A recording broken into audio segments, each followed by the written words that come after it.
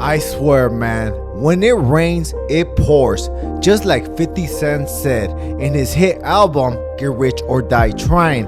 And it seems that every day that passes by, there's worse and worse and worse news for the PBC. At first, it was the fight that just took place, Tim Tszyu versus Brockham fight.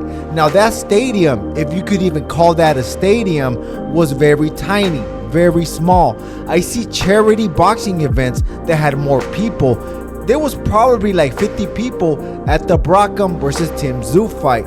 But at least everybody that attended that fight, they could say they were front row, like even if they pay for nosebleeds. But I'm not here to talk about the Tim Tszyu fight. That's in the past. It happened a long time ago. I'm here to talk about what's going on in the boxing world news today.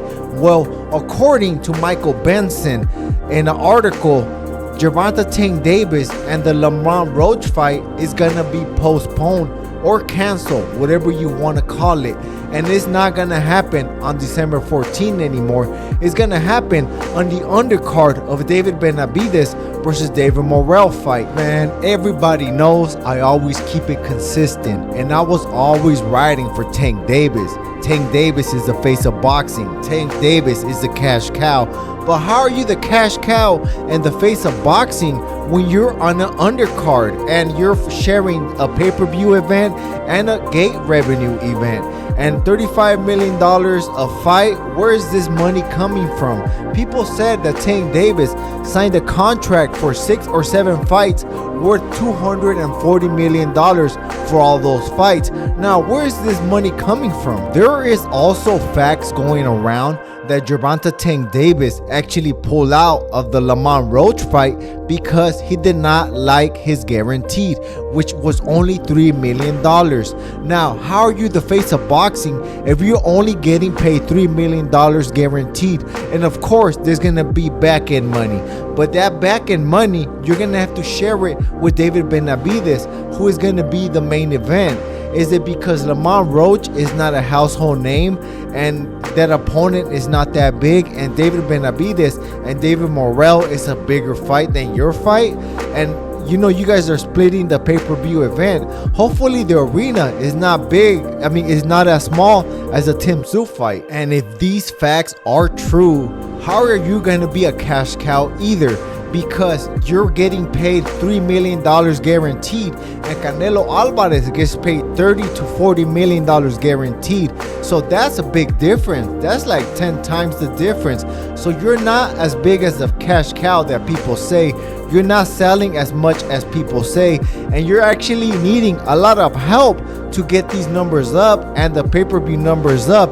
And even when you do that, you're only selling 400,000 pay-per-view buys, and that's with David Benavidez's help and a stacked undercard. You're talking about Charlo and a bunch of other top-level fighters. Now, I am not saying that you cannot duplicate the amount of pay-per-views you sold with Ryan Garcia, which was 1.2 to 1.4 million pay-per-view buys, depending on who you ask, of course. But I'm pretty sure you're going to be able to replicate those numbers again, but you need the right dance partner. And Lamont Roach is not going to be that dance partner that's going to get you to that level, and you're not going to be able to go get over the hump. But on Tank Davis' defense, Ryan Garcia has not been able to duplicate those numbers either.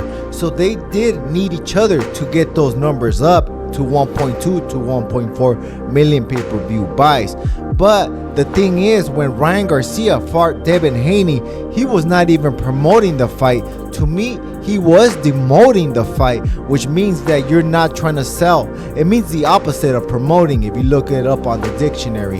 When Ryan Garcia was demoting the fight, he was going to a bunch of places that were not even boxing platforms and doing interviews there, not even trying to promote the fight. He was talking about save the children. He was running on the streets trying to kick it with fans only chicks. And when Tank Davis fought Frank Martin, he actually was trying to promote the fight, and he only did 400,000 pay-per-view buys. And I guarantee you, they're already the usual suspects working really, really hard to debunk this, to say it's not true. But like Kurt Angle says, it's true. It's damn true. And you know what? I really hope them the best, but you should leave it to Boxing Ego, at least Setback, and me to keep it real and 100, raw and uncut on Gervonta Tank Davis. We're not gonna give you fluff. It's always gonna be 100% raw, uncut. I'm not gonna lie, guys. I actually enjoy getting underneath the skin of these content creators because they're really biased and they're only going for these fighters because they have the same color of their skin.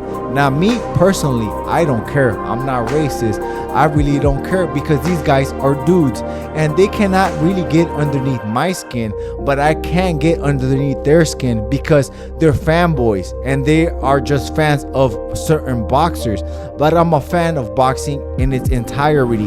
And if they talk smack about my favorite fighters, which is Teofimo Lopez and Ryan Garcia, I would not even care. I'd be like, oh yeah, that's cool. Yeah, you know, yeah, he probably is. Whatever's.